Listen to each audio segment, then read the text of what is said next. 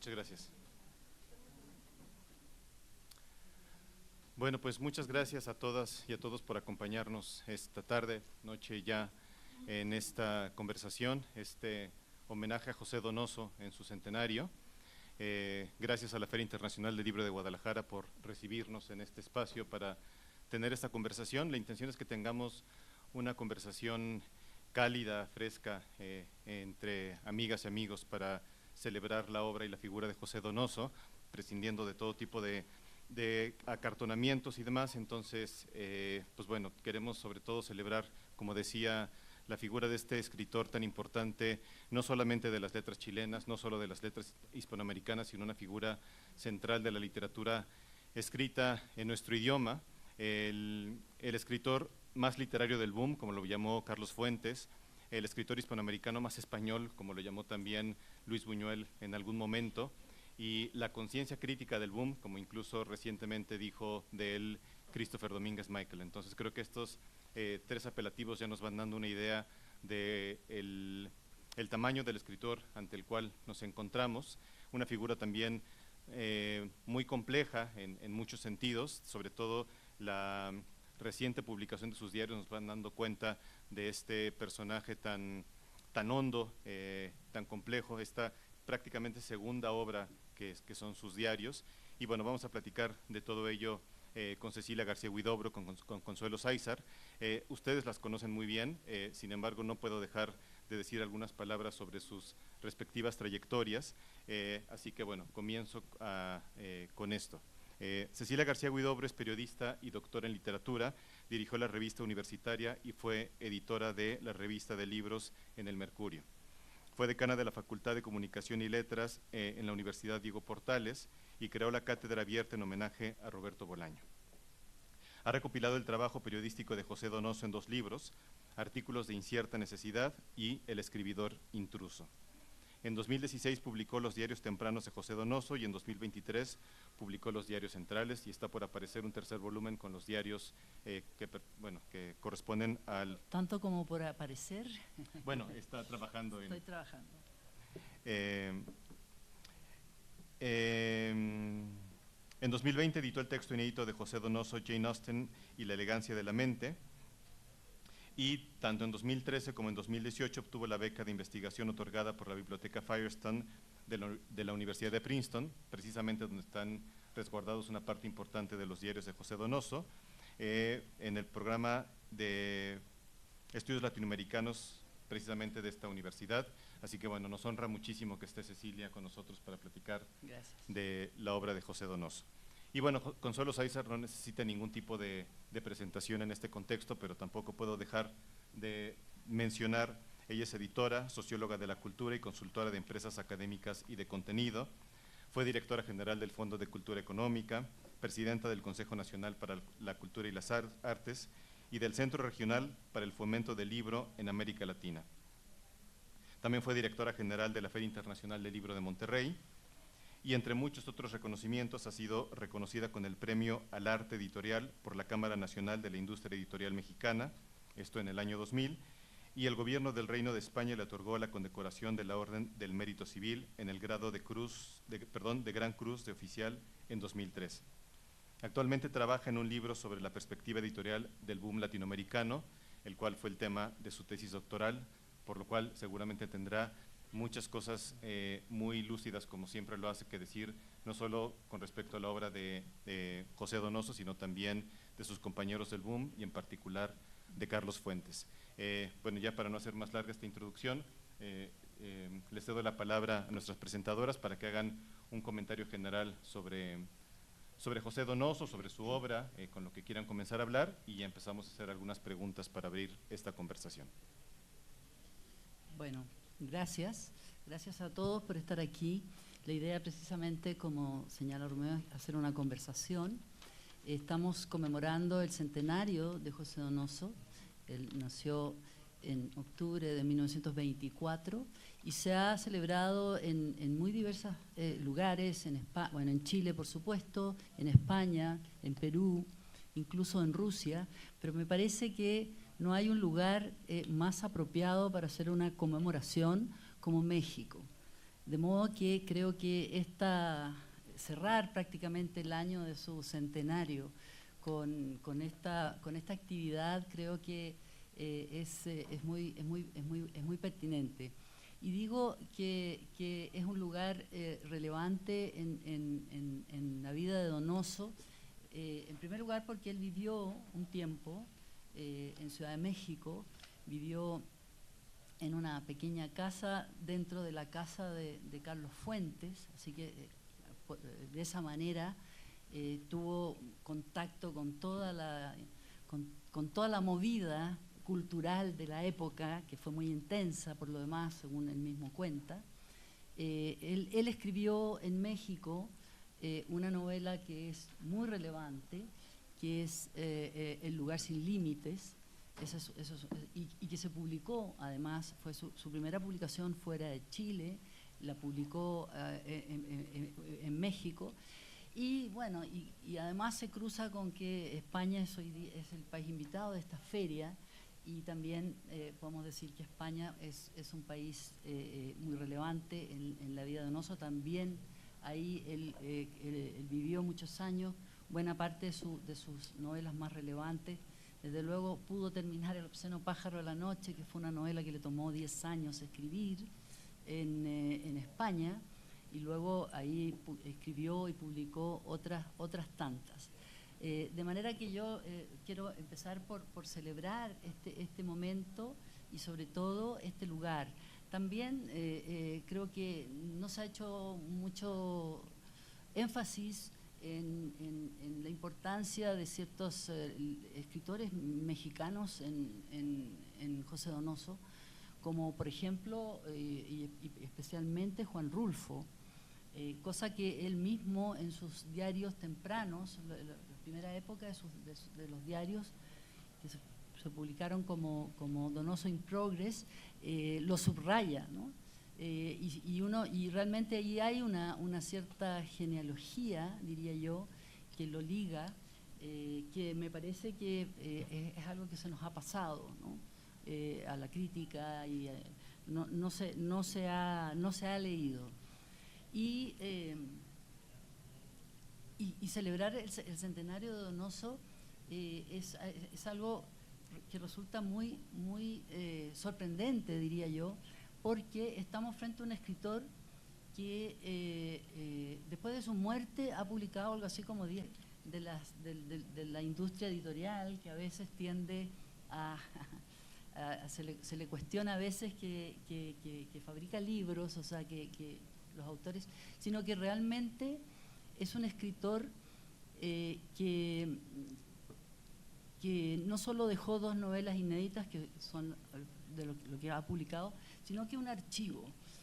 La gran obra de José Donoso es su archivo, desde donde han surgido muchas de estas publicaciones. Ya se mencionó su ensayo sobre Jane Austen, pero particularmente los diarios, libros de correspondencias. Entonces, creo que, o sea, me interesa enfatizar que a 100 años de su muerte, hoy día tenemos a un Donoso mayor, más rico, más relevante que el Donoso que leímos cuando él publicó. Y eso yo creo que es un fenómeno muy único, y que yo por lo menos desconozco de otro escritor que haya logrado algo de esa naturaleza. Consuelo, ¿quieres bueno, sí, me gustaría intercalar un comentario sobre mi muy admirada amiga Cecilia García Huidobro, a quien tanto agradezco que me haya invitado a conversar públicamente, a hacer públicas nuestras conversaciones que son continuas y para mí siempre provechosas.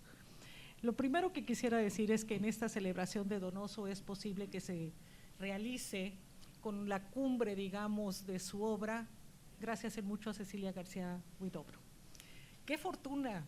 La fortuna de la que careció Donoso durante su vida como escritor, con sus encuentros con Carmen Balcells, por ejemplo, con la gran agente literaria que de alguna manera lo diseñaba. Y se vengó, lo vamos a contar después. O él se sentía diseñado. Encontró una compensación en una de las mujeres con mayor talento y con mayor generosidad para dedicar su tiempo a un escritor que hasta antes de los estudios de Cecilia era o aparecía como un escritor que se distinguía por ser el cronista del boom más que un protagonista. Alguien que tuvo la inmensa inteligencia de percatarse que no iba a participar en los 4 grandes, digamos, sino que su papel fundamental era el de ser el testigo y el de hacer un análisis sobre lo que estaba sucediendo, que él, con su inmensa inteligencia literaria y con su gran capacidad analítica, descubrió que iba a ser un fenómeno, ¿no?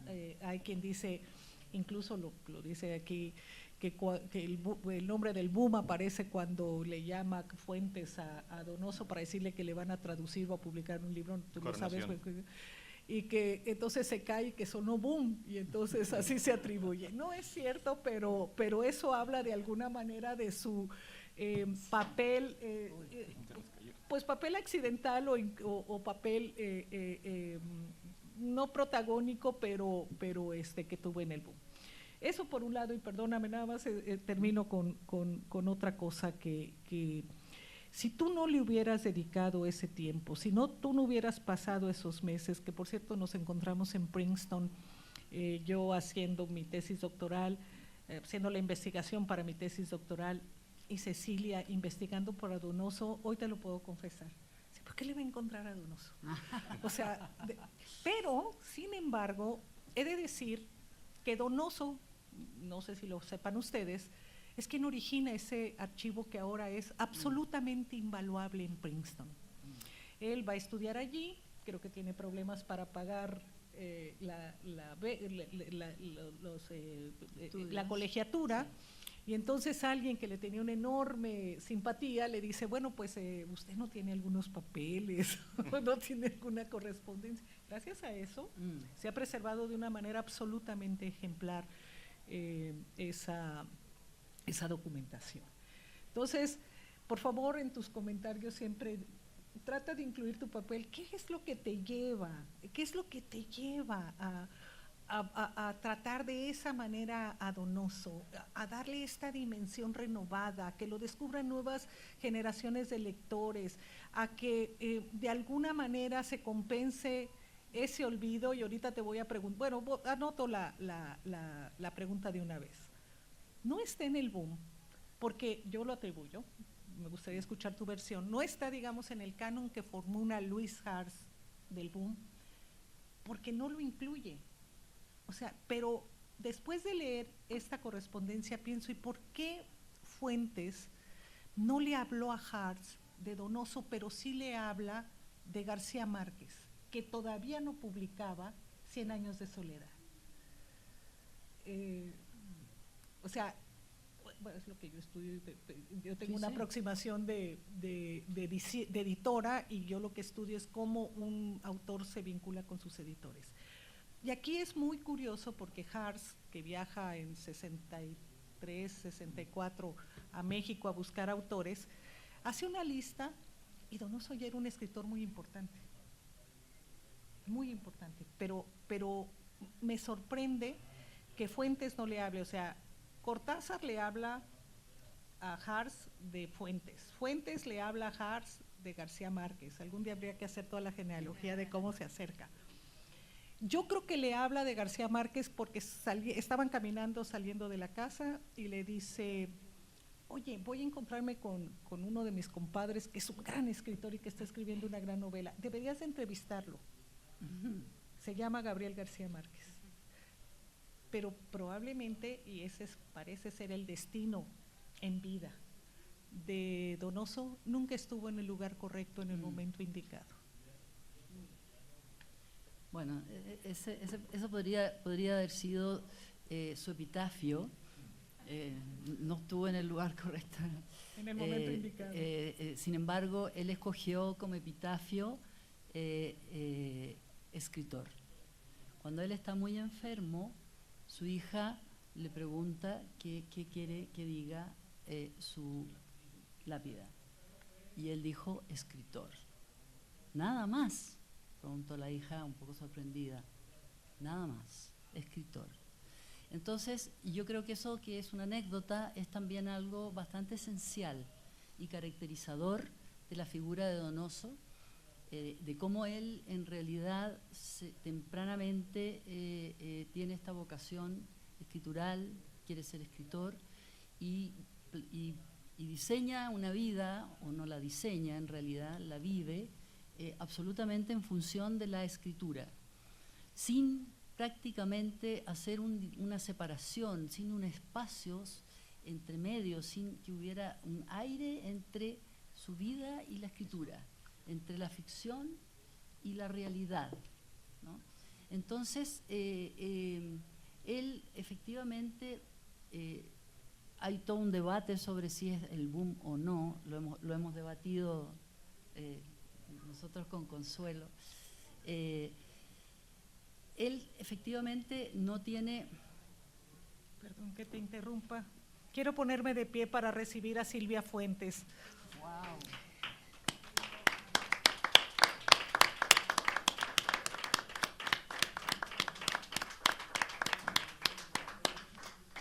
Perdóname. No, por favor. Aquí en primera fila, por favor, el lugar que te corresponde. Nunca nadie me tomó en serio.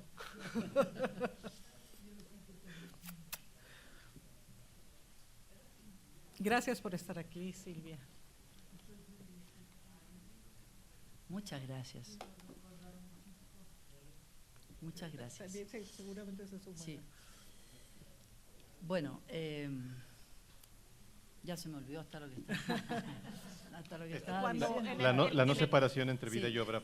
Bueno, entonces, Donoso entonces vivió la escritura y escribió su vida, digamos, ¿no? O sea, sin este distingo entre su biografía y su escritura.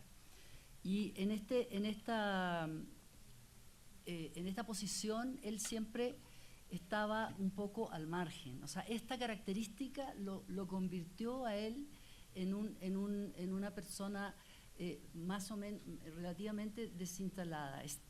Pertenecía al boom y no pertenecía al boom, porque desde luego no tenía ciertos rasgos que fueron muy característicos, como por ejemplo la visión pública, ¿no? O sea, el intelectual, el escritor con una función pública es algo que Donoso no era un animal político, y por lo tanto no tenía, no es que no tuviera una mirada sobre la realidad política, pero no tenía esa forma de abordarla que tuvieron los demás miembros del boom, ¿no?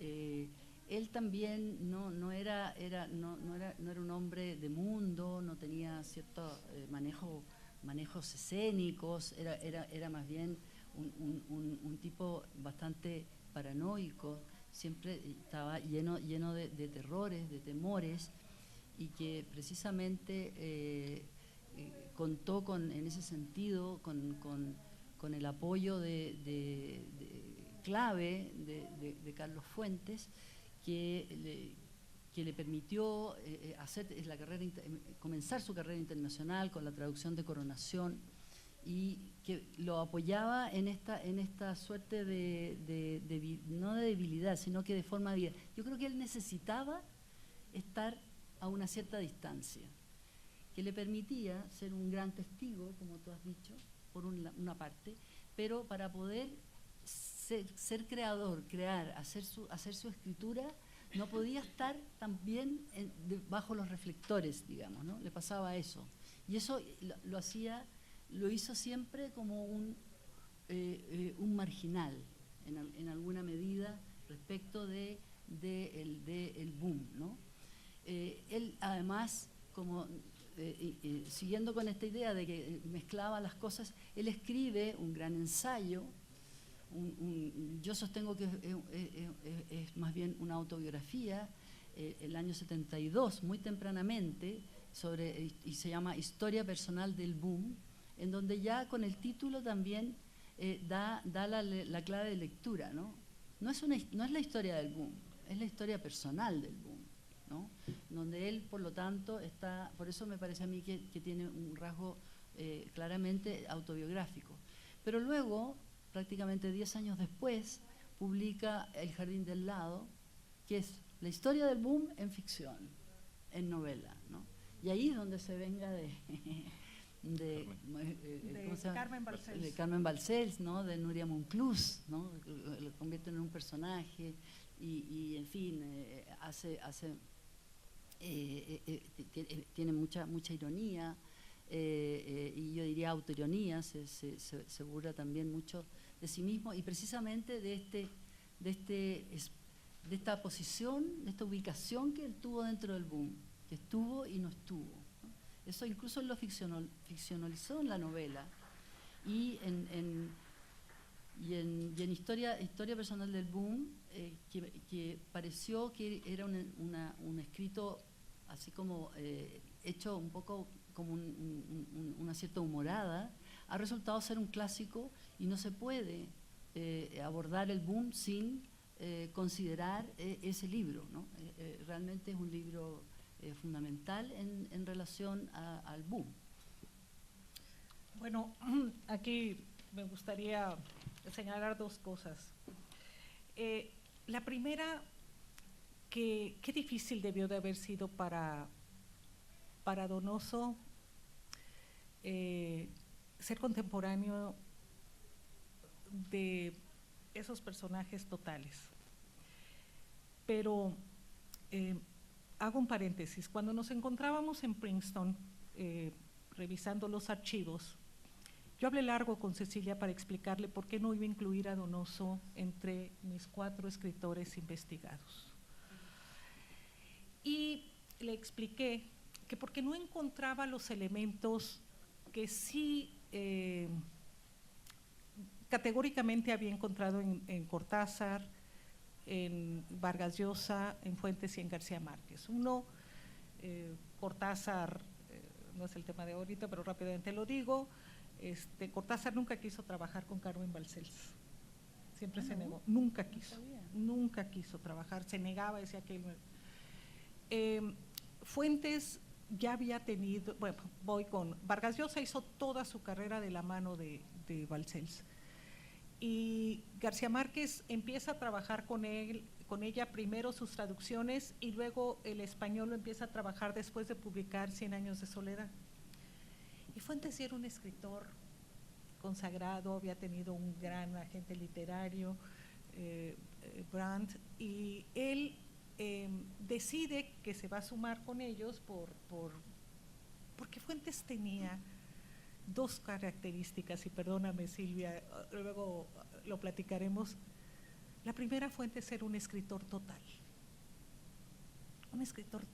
un hombre que te decía hace rato, conocía no solo su inmenso oficio escritural, sino era alguien que conocía cómo hacerle llegar a los agentes literarios los textos, quién le podría hablar muy bien a alguien de una traducción. Y la segunda, porque la generosidad inmensa de Fuentes es absolutamente irrepetible en el mundo literario.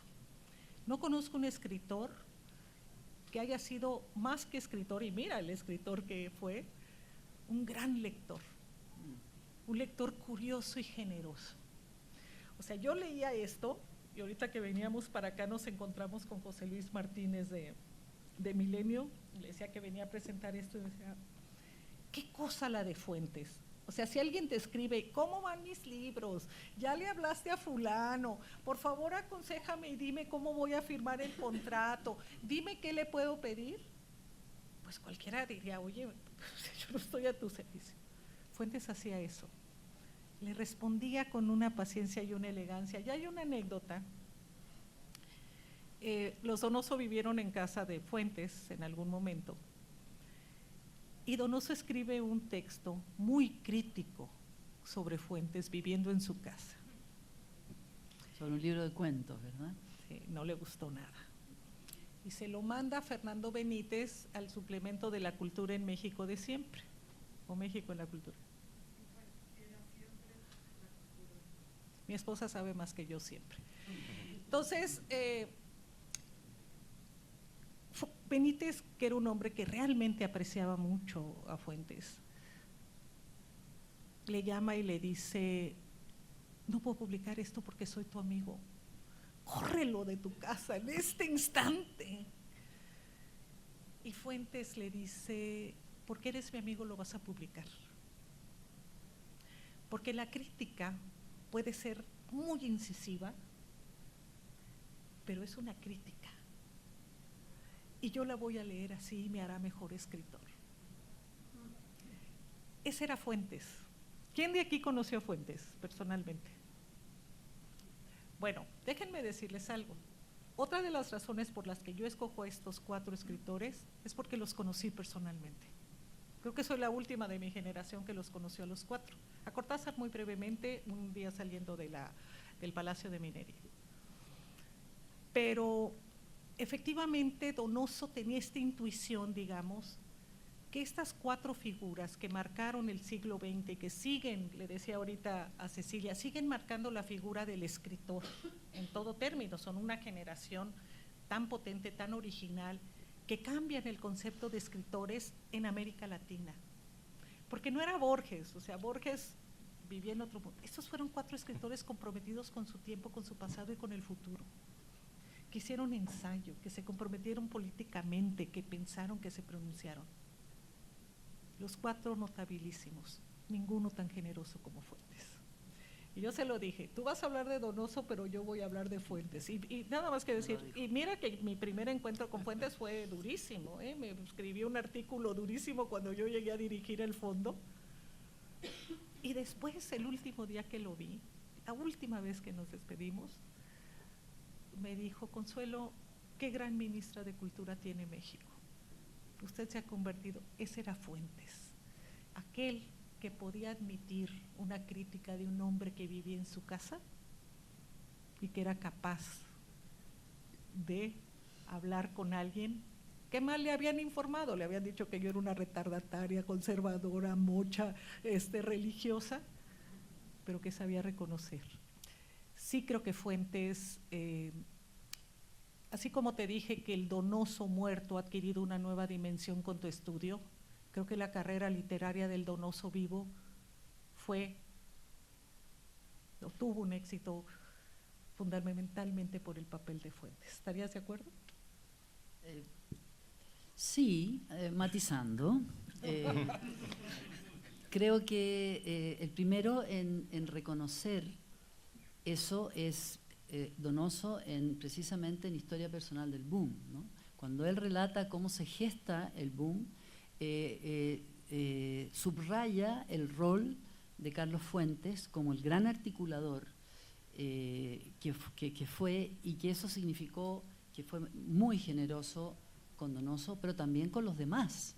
O sea, no solamente fue porque con Donoso entiendo que había un vínculo por el hecho de que Carlos Fuentes vivió en Chile y estudió en un colegio que también estaba José Donoso. ¿Fueron compañeros? No, no, yo porque pensé que habían sido compañeros. No, porque Carlos Fuentes es del año 27, ¿verdad?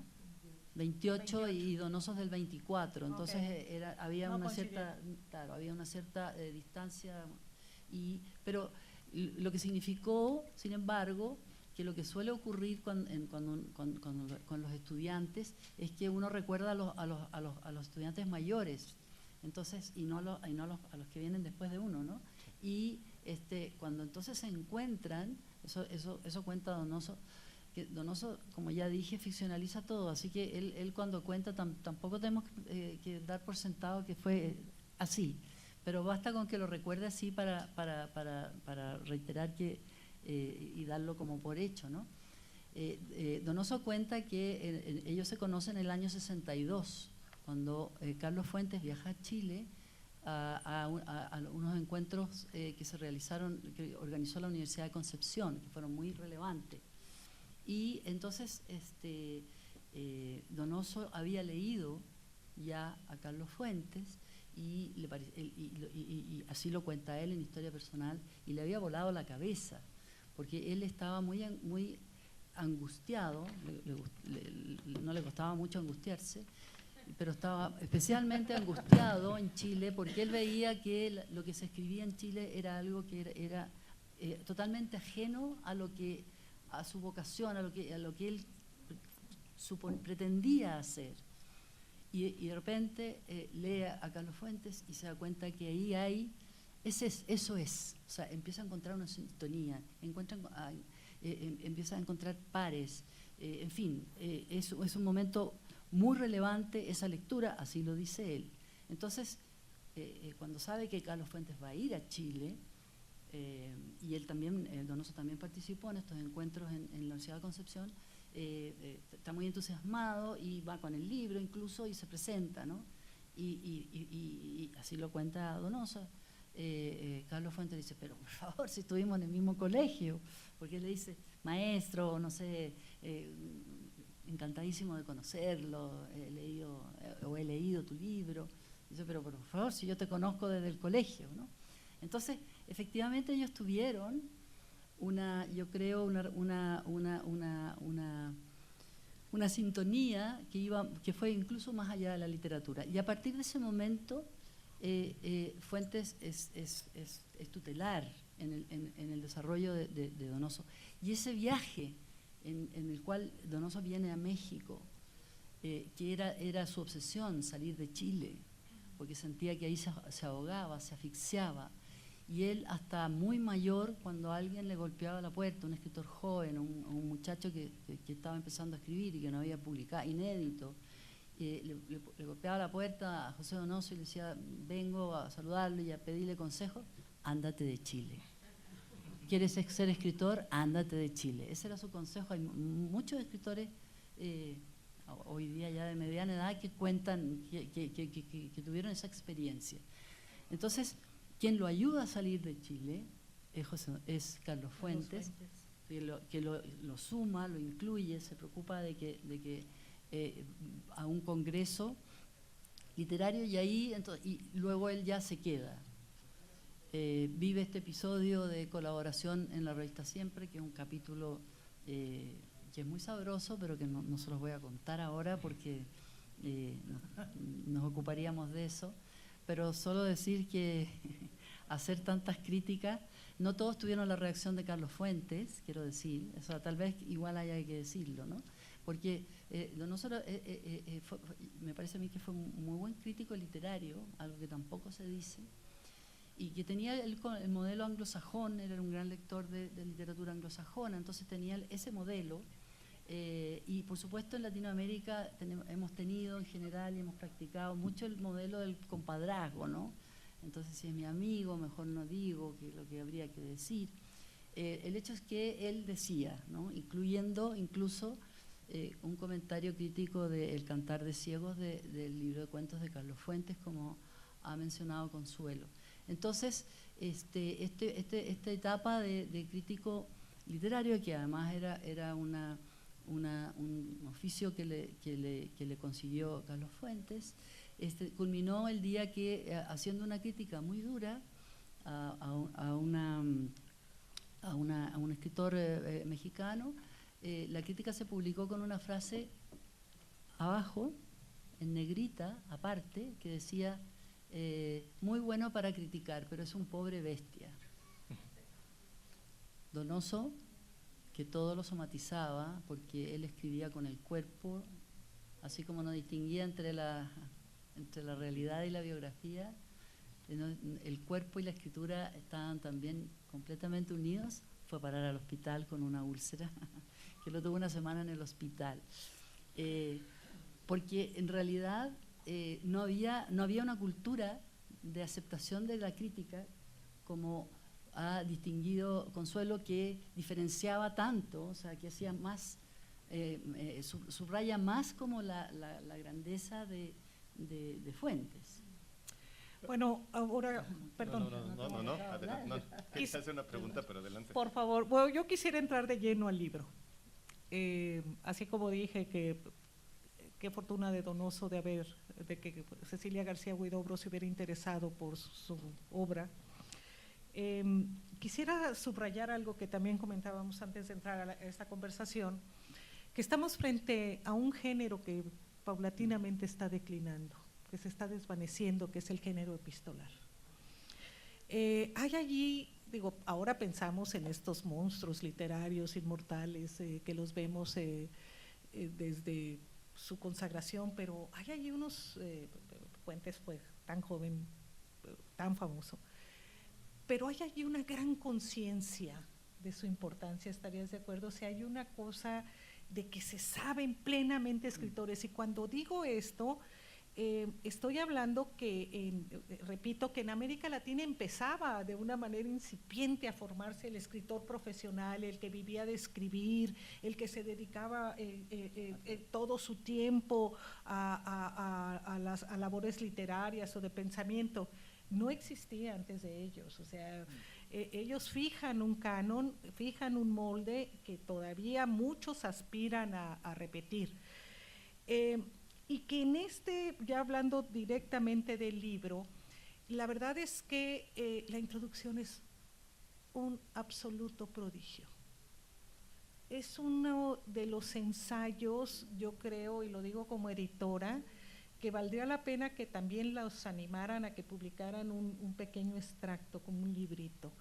Es un ensayo que valdría la pena, incluso estoy segura que se va a estudiar en las universidades como tesis, porque es un ejemplo que no conozco, con un gran rigor, con una gran precisión, una inmensa elegancia, un conocimiento de cada uno de los hechos. Porque claro, leer cartas ahora es un momento tan lejano en términos de que entre que escribían una carta y la recibían, y entonces ya había pasado una serie de acontecimientos y luego se perdían dos por el pésimo servicio postal que existía en toda Latinoamérica. Tal vez el de Chile es muy bueno, pero el de México siempre adoleció de ciertas cosas. Nosotros no podemos entender ahora, entonces yo te escribo, oye, ¿quieres venir a presentar mi libro? Sí, y ya está. Pero además me imagino las cartas que se perdieron entre que llegó y Pilar o Silvia a lo mejor no los guardaron suficientemente y se perdió en la casa o algo llegó. La reconstrucción que hacen, que me hubiera gustado casi verte cómo lo hicieron, es verdaderamente excepcional. La manera como explican a cada personaje dentro de su circunstancia te habla también de un gran rigor de la investigación. Pero ahí hay dos personajes que saben, están conscientes, plenamente conscientes del papel que van a desempeñar en la historia cultural y en la historia literaria mundial, porque así se ven. Y allí sí, Donoso no peca de modestia. Donoso responde con esta grandeza a la exigencia de la correspondencia de Carlos Fuentes. Debió de haber sido impresionante responder a una carta, ¿no?, de un hombre que dice, por ejemplo, me parece grotesco, le dice Fuentes a Donoso, me parece grotesco que tu novela no esté traducida al inglés y al francés. Por favor, envíame 2 o 3 ejemplares para que trabaje esto con mi agente en Nueva York y con la gente de Gallimard en París. Tengo la seguridad de que mi gestión no será en vano. Esto en términos de un gran amigo generoso que le está diciendo te voy a apoyar. Pero los niveles además los niveles literarios de la correspondencia. Le dice Donoso a Fuentes, ¿para qué te digo el placer que me produjo tu carta? Te confieso, no lo esperaba, o por lo menos no en términos de tanta alabanza, la generosidad de Fuentes. Y esta cosa, yo creo que Fuentes nunca compitió con nadie, nunca. Siempre tuvo la admiración como premisa, ¿no? No en términos de tanta alabanza y sinceridad. Me gustó y te lo agradezco infinitamente. María del Pilar anda con esa carta en el bolsillo y se la muestra hasta los choferes de los autobuses. Fíjense nada más el valor de una carta, ¿no? Si yo tuviera su personalidad haría lo mismo porque es lo que me nace hacer. O sea, él quisiera andar con la carta. Miren lo que me escribió Carlos Fuentes. Pero me conoces y sabes que no soy capaz. El propio Fuentes le hace comentarios a Donoso sobre un libro y le dice: estos personajes no los acabas bien, aquí no está bien narrada, con la exquisita cortesía de Fuentes. Yo te sugiero que reescribas el libro. Y Donoso le dice: no lo voy a reescribir porque el libro ya no es mío, ya está circulando, pero los siguientes personajes, te aseguro, tendrán incorporados esos comentarios que me haces. Y aquí voy de nuevo. ¿Qué sería del propio Donoso si no se hubiera conservado esta correspondencia que le está dando una nueva dimensión a un escritor total? ¿Qué piensas, querida? Pienso que no hemos dejado hablar a Romeo. Sí, vamos ya, porque yo estoy aquí. Bueno, me parece que comparto plenamente lo que tú has dicho.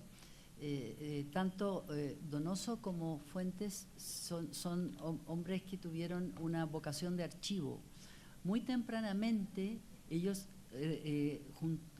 conservaron todas las cartas, cosa que no ocurría, por ejemplo, con Vargas Llosa o sobre todo con García Márquez, que le aburría escribir cartas, era más no sé, más caribeño al parecer. Entonces, yo creo que ellos dos tienen claramente esa concepción de futuro de la que tú hablas, mostrada en este… Donoso es una persona que en los 15 años que vivió en España tuvo algo así como 16 casas distintas, lugares donde vivió. O sea, y vivió en forma muy precaria. Lo que quiero decir es que darse el trabajo de conservar el archivo, de conservar las cartas en esas condiciones materiales en las que vivía, tiene que haber sido algo muy prioritario porque era muy difícil hacerlo. Fuentes incluso tenía copia, conservó copia de cada una de las cartas que él escribió. Entonces, ellos sabían que nosotros hoy día íbamos a estar hablando de esto, digo, ¿no? Tenían esa… Oye, Cecilia, pero déjame decirte algo. Tú hablas de estos obstáculos o estos problemas de Donoso, pero yo me imagino ese Fuentes tan cosmopolita, sí. Ese Fuentes que se la pasaba en cenas, en fiestas, en Venecia, que tuviera en viajes, que Donoso pues prácticamente era un solitario que podía dedicarse horas a escribir la correspondencia, pero que Fuentes tuviera tiempo para todo, sí. Además para escribir estas cartas larguísimas y tan detalladas y darle cuenta de: ya le mandé tu libro a fulano, estoy hablándole a sutano para que te lleve los ejemplares, acá te… O sea, ¿cómo te lo explico? Lo más asombroso es que dos personas con las características y la personalidad de Carlos Fuentes y de José Donoso hayan sido tan amigos, tan cercanos, tan compadres, como en alguna oportunidad se llaman, ¿no? Sí, o sea, Fuentes eso. Es Fuentes más bien, claro. Donoso no, es un término mexicano. De hecho, ¿no? Entonces, eso ya es muy asombroso, ¿no? Y quizás por eso también está construido como sobre la base de ese contraste.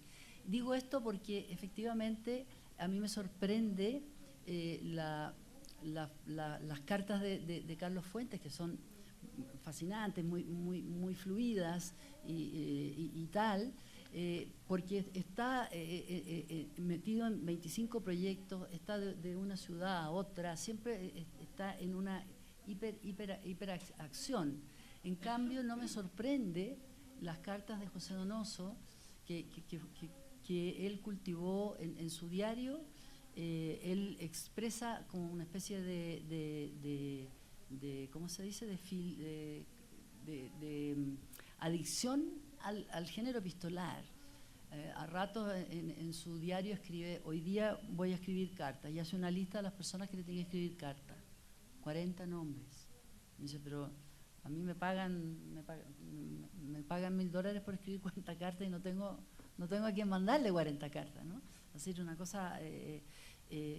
también habla todo el tiempo en el diario de son las 12, a esta hora viene el cartero. ¿Por qué no ha llegado el cartero? Porque a Donoso, precisamente por esta cosa periférica, por esta cosa de desinstalado, el género epistolar le acomoda, creo yo, ¿no? Porque está mediado por eso que tú además subrayabas muy bien, que es la espera. O sea, está mediado porque no te diriges directamente, no hay un diálogo directo, sino que es un diálogo, y que además tiene estos espacios de tiempo.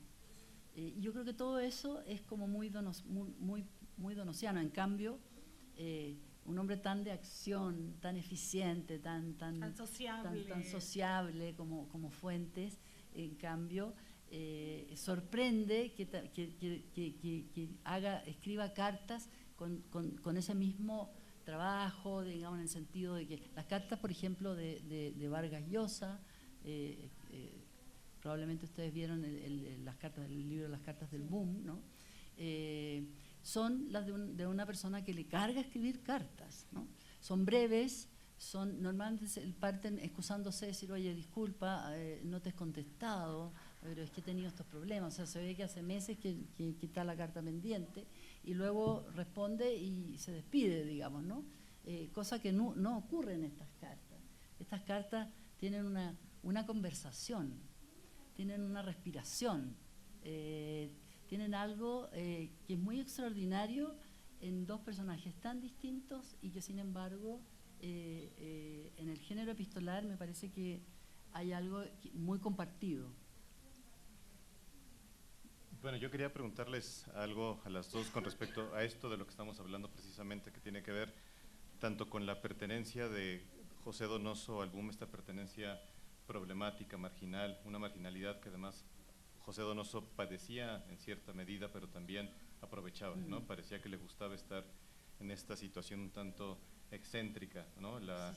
Parecía que casi hasta la buscaba, incluso geográficamente, no quería estar viviendo en Barcelona como estaban los demás, pero al mismo tiempo admiraba e incluso envidiaba muchas de las cosas que le estaban pasando a sus colegas. Entonces, no deja de llamarme la atención que tuviera esta relación de tanta admiración con Fuentes. Quiero decir, esta parte no me sorprende, pues, ¿no? Fuentes era claramente una figura tutelar para él, lo llega a decir incluso en alguno de sus diarios de una forma feroz, con esta honestidad que tenía Donoso. Siento envidia por la labia y la inteligencia de Fuentes y la pena de tener que conformarme con ser solo José Donoso, que es, vaya, desgarrador esta frase. Y sin embargo, no sentía este deslumbramiento por Cortázar, incluso lo dice abiertamente en este prólogo que mencionas, que no era santo de su devoción. Cuando uno podría pensar, bueno, a lo mejor es una lectura demasiado personal de mi parte, por la admiración que tengo por Cortázar, que podría haber ciertas semejanzas más hondas con Cortázar. Por ejemplo, esto que mencionas tanto de esta no distinción entre obra y literatura, que es algo que explícitamente Cortázar llega a decir en entrevistas. Para mí no hay distinción entre obra y literatura, por ejemplo. O por ejemplo este carácter de las obras de Donoso, pienso directamente en El obsceno pájaro de la noche, obras muy experimentales en la cuestión formal, mucho más arriesgadas, que uno podría de repente sentir cercanas a, no sé, Rayuela, no se diga el libro de Manuel, y sin embargo estos libros no le deslumbran y no le atraen tanto a José Donoso. ¿A qué creen que obedece esta cierta animadversión de José Donoso por la figura de Cortázar? En la historia personal del boom no lo trata nada bien, lo trata con cierto desdén. Bueno, a mí se me ocurre algo, pero por supuesto, si todos aquí son estudiosos del boom, Hartz empieza su fascinación por el boom con Cortázar. O sea, alguien le recomienda que lea un libro, lo compra, le rayuela y se vuelve. Y allí es donde empieza a hablar con… es Porrúa quien le encarga el libro de los nuestros, ¿no? En Argentina, no el Porrúa mexicano, sino el Porrúa que luego publica 100 años de soledad. Y yo tengo la impresión, porque hay algo en Donoso que es un enorme rigor en todo sentido, o sea, así como guardó sus cartas, lo que yo descubro es que hace unas investigaciones a profundidad, tú lo conoces mejor que yo, pero lo que yo percibí, repito, yo no lo estudié para mi tesis doctoral, pero lo que yo percibí en lo que me encontré, sí es un hombre muy meticuloso, muy cuidadoso. Yo no creo que él buscara esa soledad. Yo creo que la economía lo condenaba a esa soledad. O sea, él no hubiera podido pagar una casa en Barcelona, creo. O sea, creo que el tren de vida que ya empezaban a llevar por sus el pagos de regalías, Fuentes, Vargas Llosa y García Márquez, bueno, Cortázar era otra cosa, ¿no? Yo creo que él no lo hubiera podido llevar. Y él, creo que con quien más similitudes tenía en términos de escritor, como bien lo identificas, Romeo, sí es con Cortázar, porque los dos eran traductores, porque los dos eran bilingües, porque los dos se mostraban de alguna manera reticentes a llevar la vida de escritor que empezaban a prefigurar Vargas Llosa y Fuentes especialmente, y de alguna manera García Márquez, pero García Márquez se asumía más como periodista que luego escribió otra cosa. Hay algo también, debió de ser terrible ser contemporáneo de Fuentes y de Vargas Llosa especialmente, tan guapos, tan cosmopolitas. O sea, en mi generación, y perdonen que lo diga, era tú tan Julia Roberts y yo tan María López, ¿no? O sea, es que debió de ser terrible. Miren, nada más para darnos cuenta de la fascinación del lenguaje que tenía Fuentes. Voy a leer algo.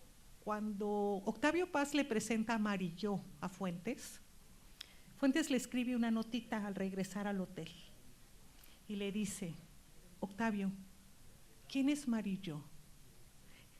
¿Es acaso una revelación oculta? ¿Una luz liberada por su propia metamorfosis? ¿Es una hechicera disfrazada para encantarnos impunemente? Es una notita de 3 líneas. Imagínense, Silvia lo sabe, esta capacidad de cifrar y Donoso está a esa altura. En ese sentido, no solo es un gran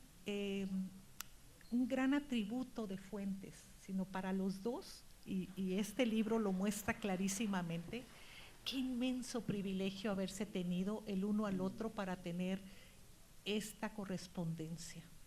Porque seguramente Fuentes se escribió con algunos más, pero no tenían este nivel que tenía Donoso para apreciar la prosa, las ideas y para estar a la altura y responderle.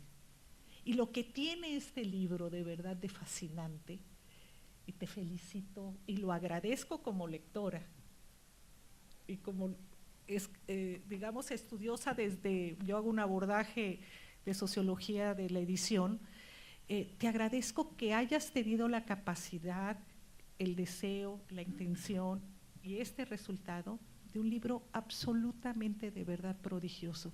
Lo puedes leer como una novela de un tiempo mágico en términos literarios e irrepetible en términos vitales. Yo estoy tan orgullosa de ser tu amiga como satisfecha de ser tu lectora, Cecilia, y este muchacho joven que si quisieras platicarnos quién es Augusto Wong, Sí. Porque sí vale la pena Sí. que nos digas, y además lo meticuloso de la investigación, lo preciso de los datos, esta cosa que desmonta incluso detalles que uno se hubiera ido con el error por segundas fuentes, y que ustedes acaban de dar una primera estructura de una investigación que estoy segura que será muy prolija. Bueno, te agradezco que menciones que en realidad este libro ha sido editado por Augusto Wong y yo. Somos 2 editores. Él es uno de los 4 editores del libro Las Cartas del Boom, que se publicó en 2023. Y fue, bueno, creo que todo el rigor que menciona Consuelo, yo creo que se debe a Augusto, no a mí. Sí. Él es, Déjame interrumpirte para decirte una vez, cenando con Carlos Fuentes, Fuentes me dijo, a las mujeres les cuesta mucho recibir aplausos y elogios. Por favor, recibe este elogio, no como tal, sino como un reconocimiento a su espléndido trabajo. Sumamos a Augusto Wong. Fue bien mágico lo que ocurrió en realidad, porque bueno, ya nos conocemos, pero no nos conocíamos. Y ambos habíamos hecho el levantamiento del material en el archivo, ¿no? Yo en alguna de las estadías de trabajo en el archivo de la Universidad de Princeton había rescatado y copiado cada una de tanto las cartas de Donoso como las cartas de Fuentes. Y Augusto, bueno, hizo lo suyo también, ¿no? Entonces, en un momento él me contactó y propuso, hagamos este libro. O sea, los 2 teníamos la idea de hacerlo, ¿no? Bueno, a mí me sorprendió mucho y probablemente eso que lo aprendí de Donoso, pero tampoco voy a contar esa anécdota para no latearlo. Le dije, bueno, pero si tú tienes todo el material, haz el libro tú. Que es una forma también de probar a una persona, ¿no? Efectivamente, bueno, el material además está a disposición, también puede llegar una tercera persona y hacer el mismo ejercicio, ¿verdad? Entonces, era para también conocer, y sí, y ahí descubrí que, claro, es una persona que realmente sabe muchísimo y que tenía como una convicción de que este era un trabajo de edición. Me enseñó eso, ¿no? Que un trabajo de esta naturaleza es un trabajo de edición en dupla. Hay algo que quizás tiene que ver con el mismo material del libro, ¿no? O sea, el hecho que sea un diálogo que hizo que el trabajo de edición se enriqueciera mucho al hacerse en diálogo. Fue algo que aprendí porque el trabajo de la edición de los diarios ha sido un trabajo muy solitario, ¿no? En donde yo además he tenido que hacer bastante como ensayo-error, porque no existen manuales de cómo editar diarios íntimos, ¿no? Y por tanto era algo que había que ir explorando y aprendiendo mientras se hacía. Entonces fue una experiencia de edición bien extraordinaria. Y en eso tengo mucho que agradecer a Augusto esta iniciativa de hacerlo de esta manera, trabajarlo de esta manera. Bueno, justamente ahora que hablas de los diarios, me gustaría que conversaras un poco más de ellos, porque justamente nos ha permitido conocer otra faceta de Donoso que quizás ya intuíamos, que justamente a partir del libro de su hija Pilar Donoso, Correr el tupido velo, ya habíamos empezado a conocer y advertir, pero sin duda la publicación de los diarios nos ha permitido pues asomarnos a esta otra parte de la vida y de la obra misma de Donoso. De hecho, hace poco leía que incluso para Rafael Gumucio dice que los diarios de Donoso son probablemente la gran novela, la novela digamos secreta de José Donoso.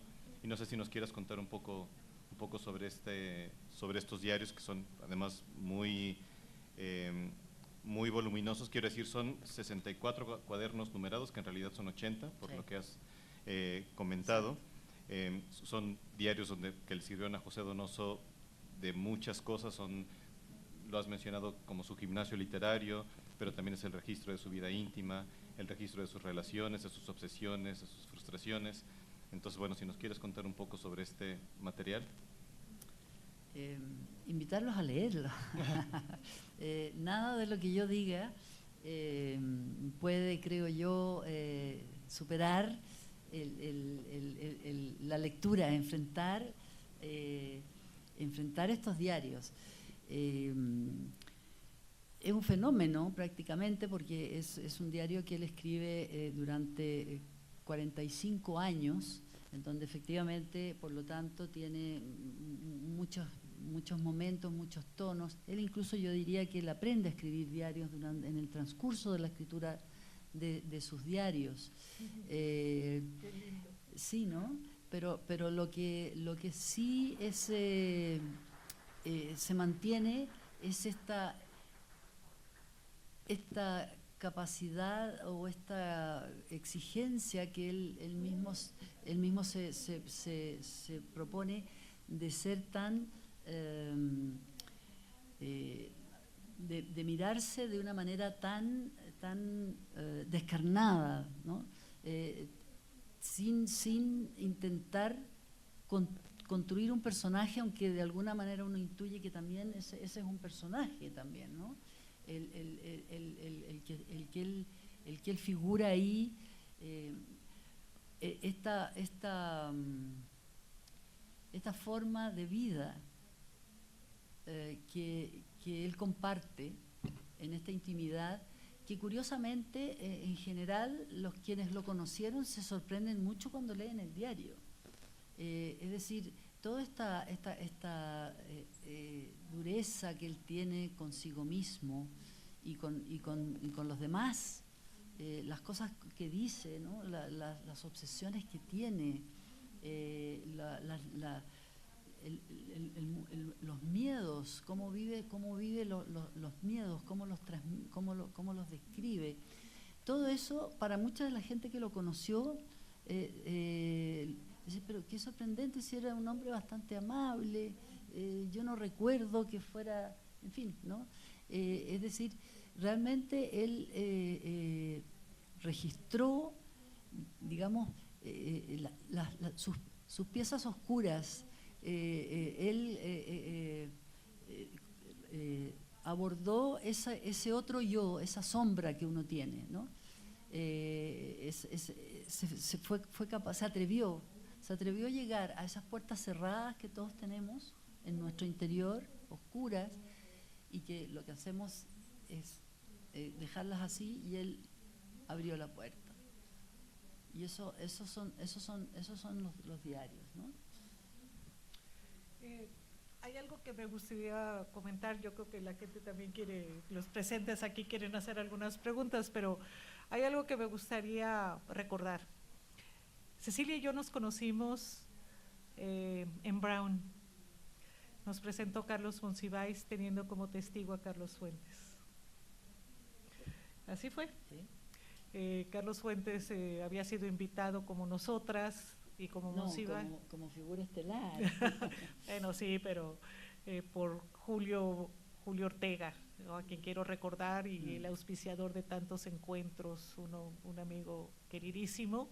Claro, los estelares eran Fuentes y luego Monsiváis. Monsiváis decía que tomaba las conferencias que Fuentes rechazaba, que él era el segundo nivel, pero nosotras a partir de allí nos descubrimos como admiradoras de ese par de Carlos, prodigiosos, y a partir de allí sostuvimos una conversación, pero quiero traerlo a colación porque Fuentes fue testigo de ese primer encuentro, ¿no? Y Silvia, que también estaba. Sí, bueno, Silvia, por supuesto, y aquí está esta noche para fortuna nuestra.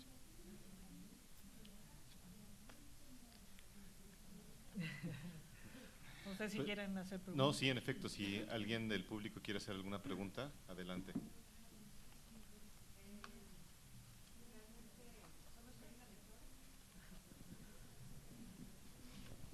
Es lo bueno, más valioso que hay. Sí. Una lectora, y además no he leído todo de nadie, o sea, he leído un poco de Carlos Fuentes, he leído un poco de Donoso, y sí, o sea, Carlos Fuentes para mí es un hombre entero, se fue completo, ¿no? O sea, nada de que se le descompuso una pierna, no, ese señor de un día para otro se fue enterito y con una gran fortaleza, y como dice todo lo que dicen, claro, pero Donoso, yo leo a Fuentes y me gusta, por supuesto, pero leo a Donoso y me deja impresionada. A mí Donoso como persona me cae gordo porque le gustaba lo bonito, lo fino, porque cómo hizo sufrir a su hija, porque cómo hizo sufrir a su esposa. Él como persona no me gusta, pero cuando veo su búsqueda en la literatura, cómo escribe, ¿no? O sea, es absolutamente distinto a todos los demás, es brutal y creo que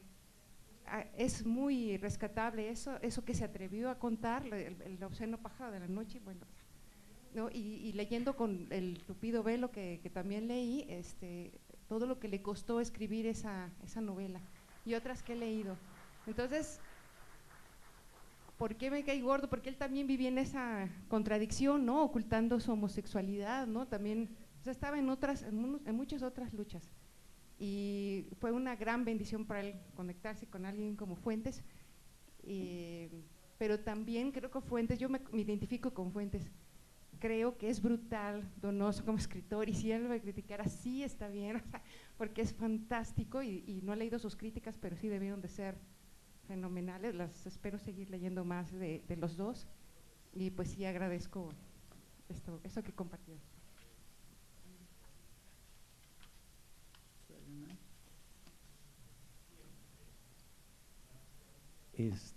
Yo tengo una duda medio simplona o frívola sobre Fuentes, porque lo conocí en una conferencia en Nueva York hace como 10 años y no sé si es la memoria que me falla o si me confirman que creo que dijo que leía El Quijote, no sé si cada año continuamente, pero como que sí era ese el libro que leía y lo leía continuamente, no sé si cada año, o es mi memoria que está delirando.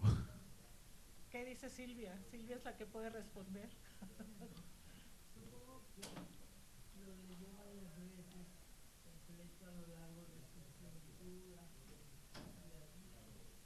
Decía que Fuentes debe haberlo leído cuando yo no lo conocía aún, desde muy joven, y lo habrá leído 2 o 3 veces, quizá completo o medio completo, y sí leía algún capítulo que le interesaba en esa época que él menciona.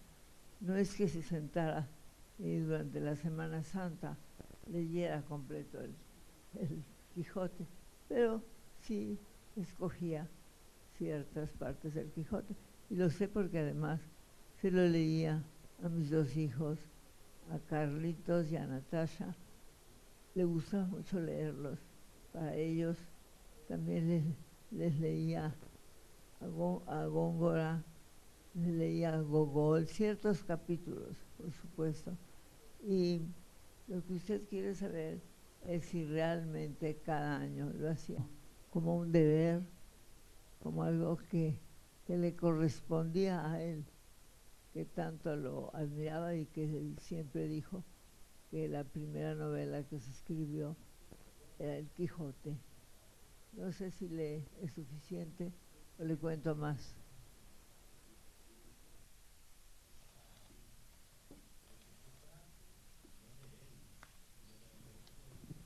Yo recuerdo una conferencia de Carlos Fuentes en la Universidad Católica de Milán, donde también estuvo Silvia, que habló precisamente sobre el Quijote. Una conferencia magistral que no olvidaré en toda mi vida porque fue magnífica. Sí. Entonces a mí me tocó escuchar hablar el Quijote dicho y contado por Fuentes.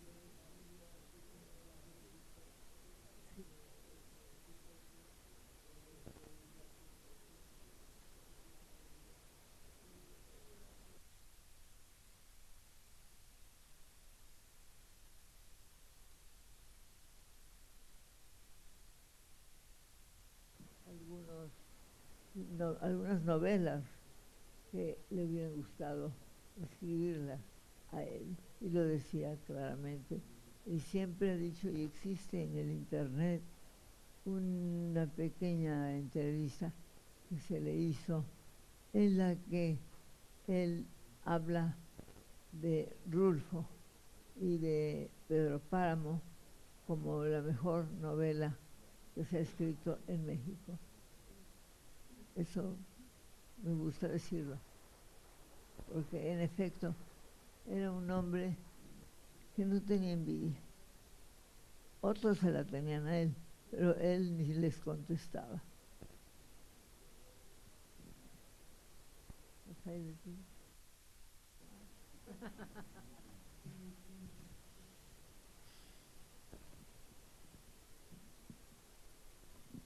Bueno, quería decir que toda esta parte los hace profundamente humanos, profundamente cercanos. Normalmente los escritores es lo que leen, pero esta parte, estas cartas nos los acercan. Y tengo una curiosidad al respecto. Las cartas que ustedes consultaron en Princeton, ¿son manuscritas o escritas a máquina? Mayoritariamente a máquina. De ahí que pudieran tener copia más fácil. Sí. Hay una incluso que al final, ¿no? Busca la del dibujo. Una carta de Carlos Fuentes a José Donoso, en donde le hace, que está escrita a máquina, y le hace un dibujo de Fuentes, o sea, un dibujo de cada uno, que son geniales. Yo incluso en algún momento tuve la ilusión de que fuera la portada del libro, ¿no? Pero claro, había que tener como todo ese contexto, y las portadas tienen que ser muy directas, entonces no. Aquí está. Ahí está, ¿no? Bueno, se ve muy pequeño, ¿no? Pero porque hay también algo muy lúdico en la relación y en la forma en que ellos dialogan, muchas veces, la mayoría de las veces, ¿no? Entonces, ese es Carlos Fuentes, dibujado por Carlos Fuentes, y este Donoso, y están iguales. Así que además parece que tenía muy buena mano para dibujar, ¿verdad? Bueno, Fuentes era un grandísimo caricaturista, sí. O sea, hubiera podido vivir como Abel Quesada de eso.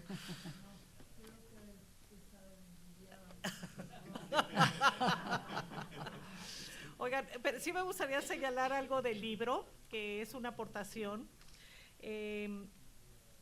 Es muy difícil encontrar una foto de los 4 miembros del boom. Muy difícil. Hay una que se atribuye, que se cree que está Vargas Llosa, una vez que se encontraron Cortázar, García Márquez, Fuentes y Vargas Llosa. Pero sí hay una foto de Fuentes, García Márquez, Vargas Llosa y Donoso. Sí. Aquí está, cortesía de Silvia Lemus. Por eso, aquí estás, tu crédito.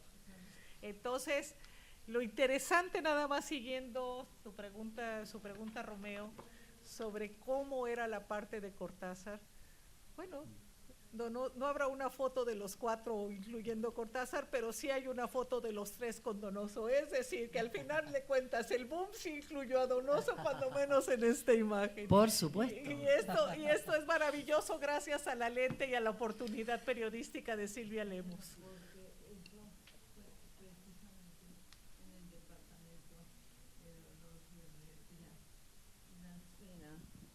Fue una cena de noche vieja o buena noche, no lo sé, pero sí estuvieron ellos. Cortázar no, no podían reunirse todos al mismo tiempo, pero están Gabo, Vargas Llosa, Pepe y Fuentes. Fue una noche. De Donoso, pero sí en el archivo de Princeton, una que está como en formato antiguo, una entrevista de Silvia Lemus a José Donoso. Sí, está en allá. Sí.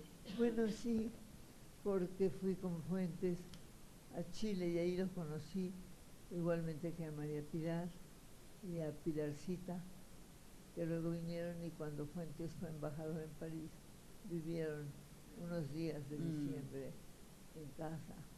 Pero era una pareja de amigos que se entendían muy bien, como que hablaban en el mismo tono del español de alto calibre. Sí, pues lo podemos ver en la correspondencia. Sí, así es. Y bueno, pues luego hubo el disgusto entre Vargas Llosa, o más bien entre el Gabo. Y ahí como que se rompió la amistad. Y también se rompió por ideologías diferentes. Carlos siempre los quiso a todos. Y era muy buen amigo con Cortázar, con Mario, con Gabo, desde luego. Fue un gran amigo. Y era muy amigo de María Pilar, también, ¿no? ¿Perdón? Carlos era muy amigo de María Pilar también. Sí, Tenían sí. como...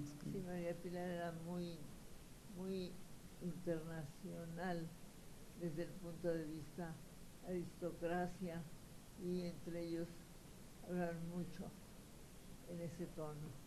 María Pilar era una formidable mujer, y Pilarcita, que terminó su vida, también estuvo en la embajada varios días, y era una niña encantadora y muy bella. Sí, ¿no? Un matrimonio inolvidable para nosotros. Pues muchas gracias a todas, a todos por acompañarnos en esta conversación que se nos fue como agua, pero fue realmente muy valiosa, y gracias por supuesto a Cecilia, a Consuelo por Ha sido un placer. compartir con nosotros, y gracias a la Feria Internacional del Libro. Gracias. Felicidades, Cecilia.